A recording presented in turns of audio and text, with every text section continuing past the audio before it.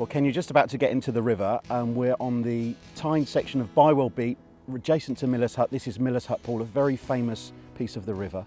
I'm sure that you're excited and you want to get fishing, but before you do that, there's a very important process you need to go through here. Yeah, well, it's really important, and people think that we exaggerate the time we spend, but we don't exaggerate it. We spend a good bit of time actually trying to think out where we're going to land the fish. So if you're going to go fishing on a catch and release basis, it is really important that you have a good idea where you're heading for if you hook that fish. Now, sometimes it doesn't work out because the fish beats you and you have to think on your feet, but it is so much easier to actually have a plan in mind, either in terms of bringing the fish straight in or bringing the fish back up to it. And we have a lovely, short, very concentrated beat here at the moment. And just at the tail end then, we have a series of rocks. And what you'll find is just in front of the rocks, as the floods come down, they generally scour out a nice little a pocket just in front of the rocks. And generally that's what I'll head for. So you want to be in about maybe knee depth of water. And even for a very big fish, the body is covered completely and the fish is fine. And as I mentioned earlier, lapped in the net then, fine, once he's facing in the right direction. The key, of course, is to get it into a nice calm bit where there's not too much flow, so that you're not fighting against the current. The fish isn't, turning over and thrashing around in the net. So it's nice and safe and everything's nice and calm. The issue I think most people will face is that this activity, when you hook a fish, a big fish like that, you must be so excited. The adrenaline will be pumping.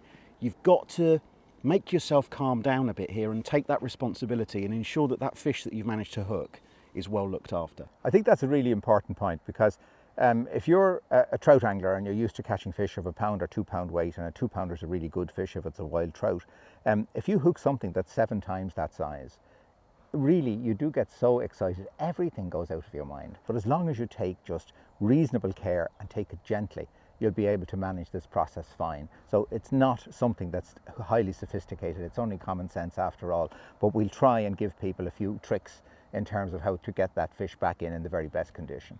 Well, this is the Miller's Hut Pool then. Just show us your approach then. So you're going to enter the water, you're going to have a little look around. So tell us exactly what you're doing and where you're planning to land this fish that you're hopefully going to get from the Miller's Pool. So I'm going to enter the pool just above us here. Again, I've been advised to do that. The water in the Tyne is surprisingly dark, so I'm going to use my wading staff, which is always a good idea. I'm afraid I'm almost wedded to my wading staff. I use it even when I'm trout fishing. And I think as you get a bit older as well, it's no harm to get into that habit, because it gives you such a sense of security when you're out there and you're wading. You can tell everything that's around you.